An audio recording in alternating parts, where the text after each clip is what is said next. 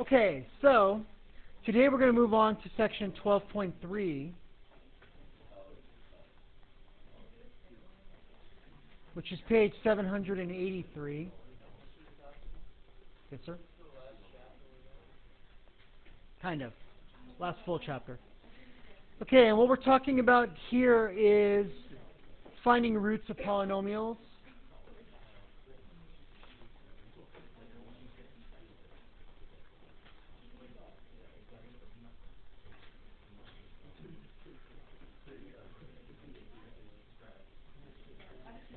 And in particular, we're also touching on both the Remainder and Factor theorems.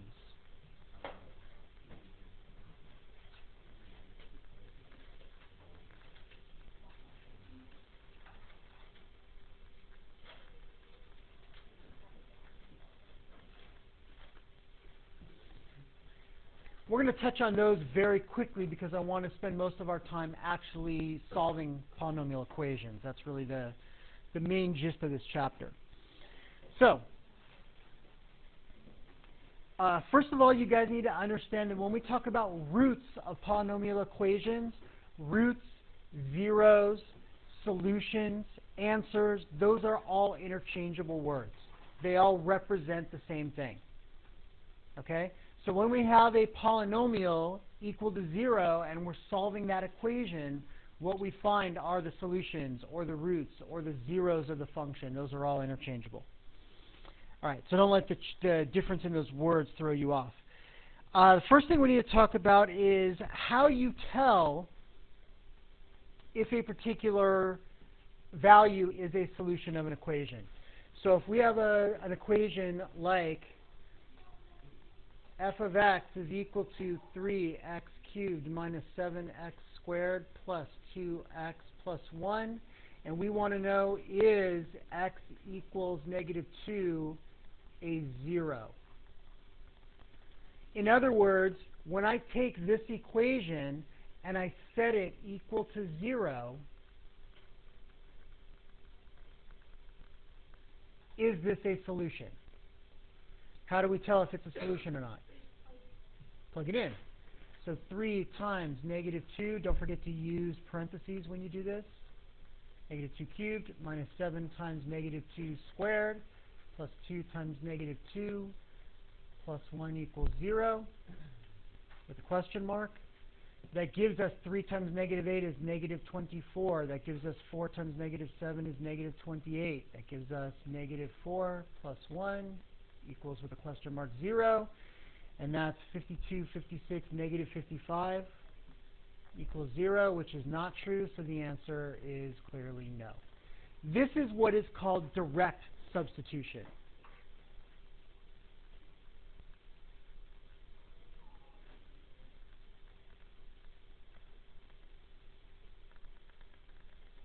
There is also another kind of substitution, and that is synthetic substitution.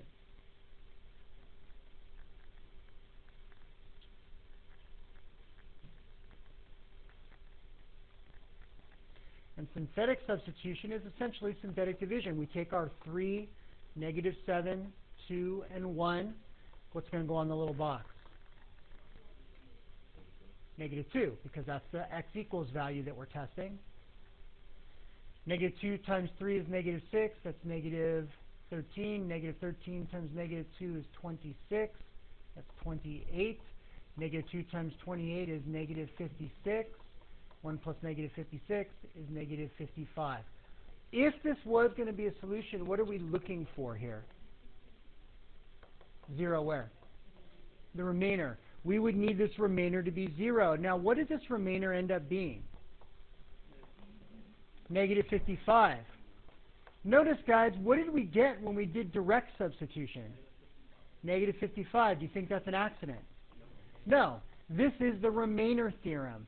The Remainder Theorem says that if you want to evaluate a particular polynomial expression for a particular value of your variable, instead of doing direct substitution, what you can do is you can do synthetic substitution and look at the remainder. And the remainder will tell you what you get when you plug that value in. You ignore all the rest of it for this particular type of problem, and you just look at the remainder. Since the remainder was negative 55, that means when I plug negative 2 into this polynomial, I get negative 55. That's what the remainder theorem says. And that's why we want that to be a 0 if we're trying to find a solution or a 0 of the function, because that means there's no remainder. That means when we plug it in, it equals 0. So it's a solution of this equation right here, because the left side will equal 0 like the right side. So that's all the remainder theorem says. So if they ask you to evaluate a particular f of x, and they ask you to find f of negative 7, you can use the synthetic substitution method, and your answer will be just whatever the remainder is. That's the idea. So that's our remainder theorem. Very simple, straightforward. In and of itself, we don't use it a lot. Now, we talked about before that when that remainder comes out to be 0, that means that we did what to the original polynomial? We factored it. That's the factor theorem. The factor theorem says that if you find that you get a 0 remainder, or you plug a value in and it comes out equal to 0, that means it is that you have found a factor. And that factor is created from what you divided by. So remember, guys, when we did synthetic division and we had whatever 2, 5, 7, 1, I'm just making up numbers, and we had x, we were dividing 2x cubed plus 5x squared plus 7x plus 1, and we were dividing that by x minus 3. What went on the box? Positive 3. How did we get that? We said x minus 3 equals 0. We got x equals positive 3. Okay?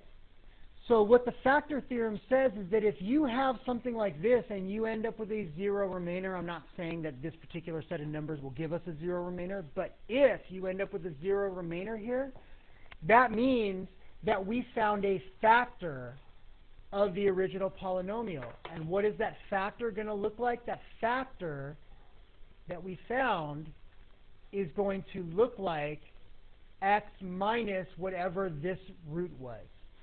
Do you see we're just going backwards now to change the root back into a factor, rather than going forward changing the factor into a root to know what to put on the platform. So that's all we're doing, is we're just going backwards.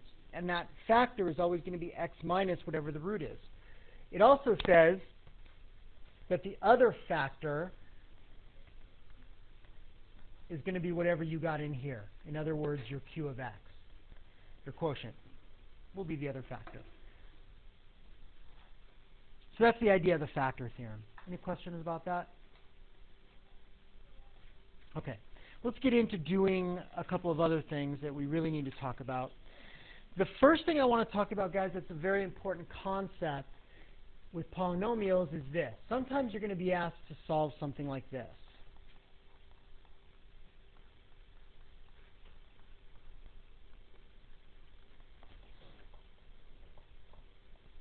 What are the solutions of this going to be?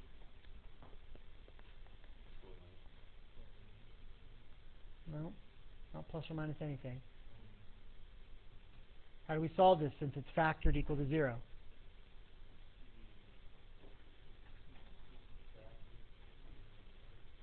No, not subtract. Come on, guys. You've been doing this for years now. Set each one equal to 0. If you set x minus 4 equal to 0, you get x equals. Right, so x minus 4 equals 0 gives you x equals 4. But how many times are we going to get that answer? Twice, which means x equals 4 has a multiplicity of 2. In other words, it's a double root. We saw that earlier in the year, right, when we were graphing polynomials. Now, what's our other solution going to be? So x minus 5 equals 0, which gives us x equals 5. So our other solution is x equals 5. What's the multiplicity of that one going to be? 3, because we have 3 of those matching parentheses, each of which is going to give us an x equals 5. So that idea of multiplicity is coming back here. Okay, it's very important to understand multiplicity, guys, because if I was to multiply this all out, I would end up with an x to the 5th power in the front. which means this is a fifth degree polynomial equation. What that means is when you have a fifth degree polynomial equation, you are guaranteed 5 answers. This only works for polynomials. Okay? You are guaranteed that number of solutions. How many answers did we get? 5. We got 4 and 5, which is only 2, but we got 4 twice, and we got 5 3 times. So that's where the multiplicity is coming into play, is matching the number of solutions up with the degree of the polynomial equation. Okay, always run a reality check on that. If those two numbers don't match up with each other, if you get a different number of solutions than the degree of the polynomial, something went wrong somewhere. So that's a very important way to check your work. All right. That finally brings us to actually solving this stuff. All of this was just leading up to solving these things.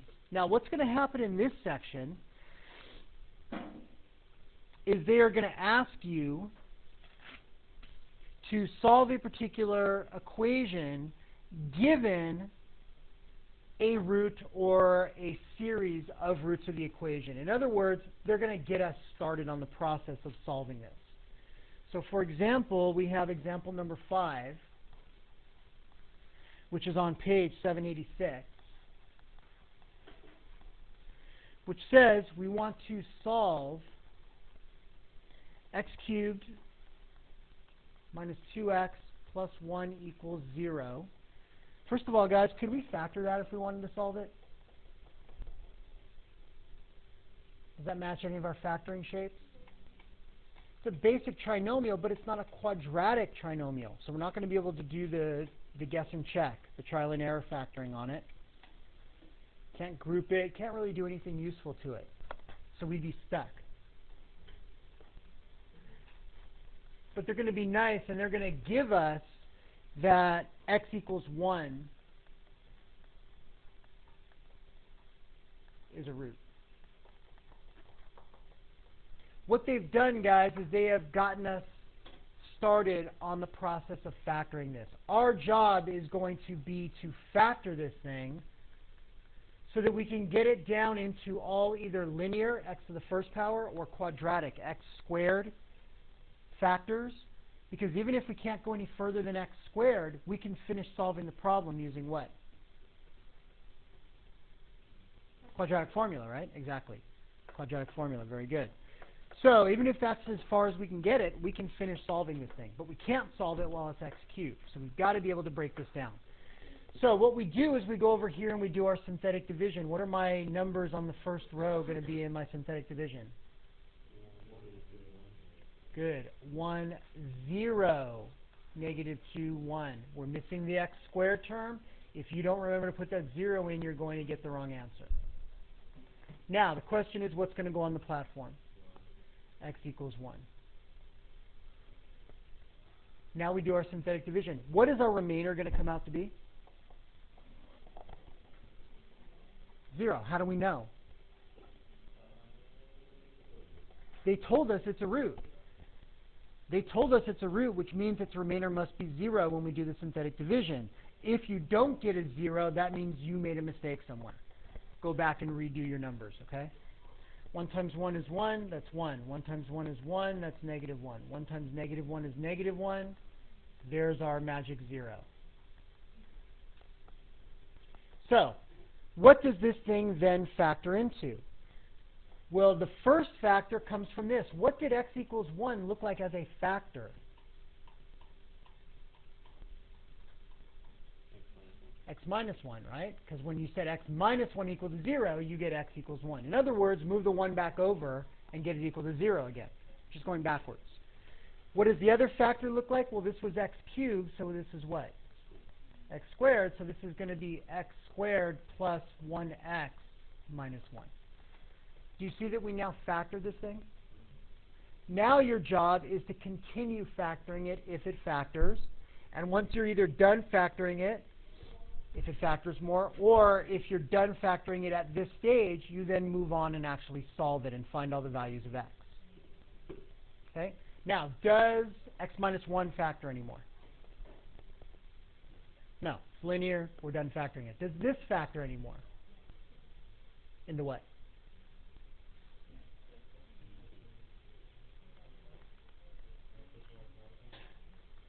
Will that work?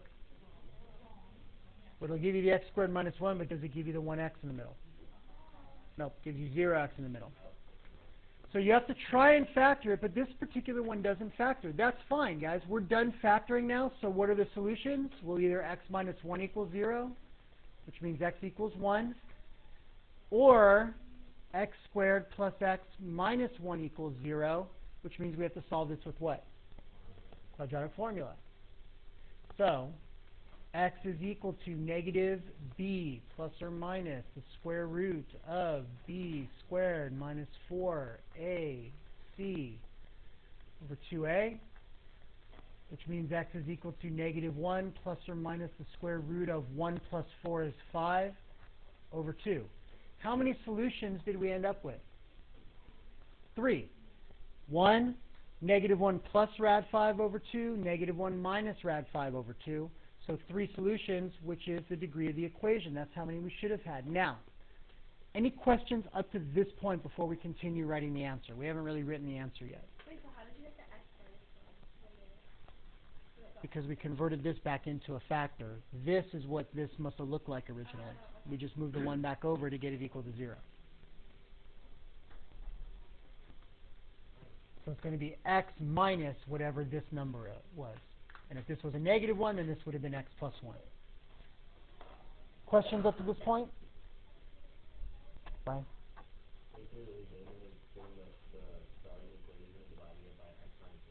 Mm-hmm. Mm-hmm. They gave us one of the 3, and we're finding the other 2 roots. You mean one of the 2 factors? Yeah. Right. I thought you meant the roots. Yes, they gave us one of the 2 factors. Now, there may in fact be more than 2 factors, because maybe that x squared plus x minus 1, the numbers are different and it factors more. So there might be 3 or 4 or 5 or 6 factors, but they get us started on the factoring process. Okay. Now, what's going to happen in the next section, guys, is they're going to give you exactly the same problem, except they're going to do this. They're not going to get you started, and you're going to have to figure out how to get yourself started. And we'll talk about the rational roots theorem that gives you a list to start working on to find that first one. And then once you find the first one, then you just do the same process over and over. But for today, they're going to get you started with either the first root or sometimes the first 2 roots. Okay, questions about this particular problem before I move on and finish it? Okay, guys, now here's the thing I want to point out. In the instructions, it says solve the equation given that one root is x equals 1. So these are the 3 solutions. Now, sometimes they will tell you, given that x equals 1 is a root, find the other roots. If that's the way they word it, do we really need to write all 3 answers? No, we really just need to write what? Yeah. We would really just need to write those 2, because they were asking us to find the other roots, other than the one they gave us. But on those problems, guys, I typically don't have any issue. But what I do want you to do is when an answer occurs more than once, I want you to put the multiplicity next to it. So let's say that besides x equals 1, let's say we got another x equals 1. Then you guys should write x equals 1, multiplicity 2, and then the negative 1 plus or minus rad 5 over 2. Indicate when an answer occurs more than one time. And indicate specifically how many times it occurs, so that I see that you understand that it's occurring multiple times. It's just how many times we get the same answer. Now, this isn't the case on this particular problem. We only got each answer once. But if we had another x minus 1 up here, then we would have gotten x equals 1 twice. We'd only write it once, but then we write multiplicity equals 2. So it just indicates how many times we got the same answer, since we don't write it multiple times. Okay, questions about that? Okay, let's do a slightly more complicated one. So example number 6 says we want to solve x to the 4th plus 2x cubed minus 7x squared minus 20x minus 12 equals 0. Again, this is something we would have a very difficult time trying to figure out how to factor. But they're going to be nice, and they are going to give us that x equals 3 and negative 2 are roots. So now they were nice, and they actually started us off with 2 roots. How many answers are there going to be total to this problem? 4, because it's a 4th degree polynomial equation. So what we do is we're going to factor this thing. So underneath here, I'm going to put my factoring setup in. Over here, I'm going to do my synthetic division. 1, 2, negative 7, negative 20, negative 12. What are we going to put first on the platform? Yeah, I would use the 3. Just go in the order they gave them to you. So we know this first factor is going to be what? X minus the root, 3. Now, the leftovers come from the synthetic division. 3 times 1 is 3, that's 5. 5 times 3 is 15, that's 8. 8 times 3 is 24, that's 4. 4 times 3 is 12. There's our happy 0, right? Come on, guys, you're supposed to laugh at that. That's extremely corny. That's a little too much laughter, but thank you, Natty. I appreciate the effort. Exactly. All right. So the other factor then, this was x to the 4th, so what is this now going to be? So this is going to be x to the 3rd plus 5x squared plus 8x plus 4. So now we started the factoring process. Problem is, this is not x squared or x, it's x cubed, and we can't factor this anymore. This would typically look like a grouping problem, but it won't group properly. But luckily, they gave us another root. So now we take this, so we have our x minus 3, and now we're going to factor this guy. So now we're going to take this, and we're going to do synthetic division again. So we have our 1, our 5, our 8, and our 4. No missing zeros to worry about. What's going to go on the platform this time? It's going to be our negative 2 that we didn't use yet, that we know has to be a root.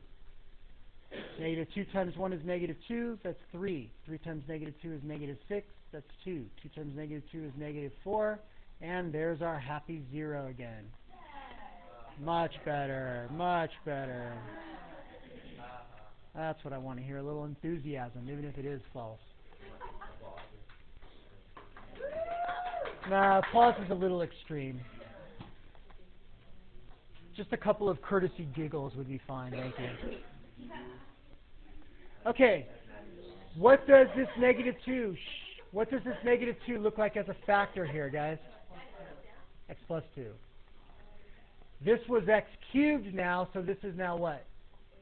X squared, and so we have x squared plus 3x plus 2. Don't forget you're equal to 0. Now, one thing that is going to get you guys into a lot of trouble is if you guys don't do this process and write it down on every step.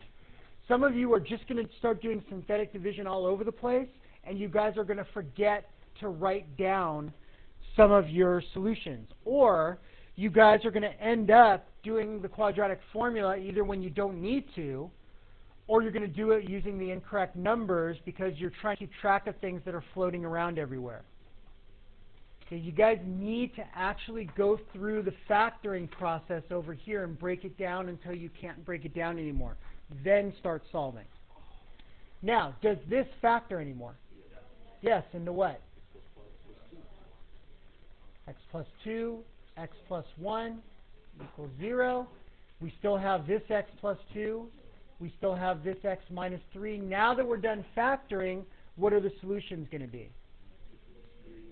3, negative 2 with a multiplicity of 2, and negative 1. How many solutions did we get? 4, which is what we should have had. So do you see how they're going to be nice and they're going to get you started so that you guys just have part of the process to do to finish solving it, finish factoring and then solving it. Again, starting in the next section, they won't get you started and we're going to have to make a list of possibilities, and then all we're going to do is we're just going to do synthetic division until we find one with a remainder of 0. As soon as we find one of those happy little zeros, we know we can start factoring. Depends on the problem. Depends on the numbers in the problem. Sometimes it's relatively small. Sometimes there might be 20 or 30 things on the list. But the thing is that when the list is long, remember that that's going to come from large numbers and usually high powers a lot of times along with that. Remember that you're not necessarily just looking for one needle in the haystack. There might be 4 different numbers in that list that work. All we have to do is find one of them to start the process. Okay, questions about this? Okay, the homework assignment. That's it.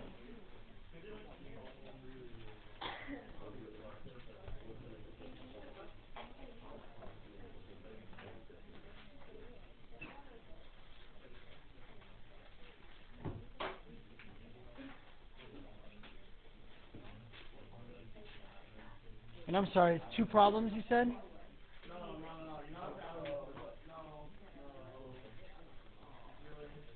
There's the 2 problems. You still haven't learned, have you, Mehdi? What can I say? I just want everyone to get a higher level.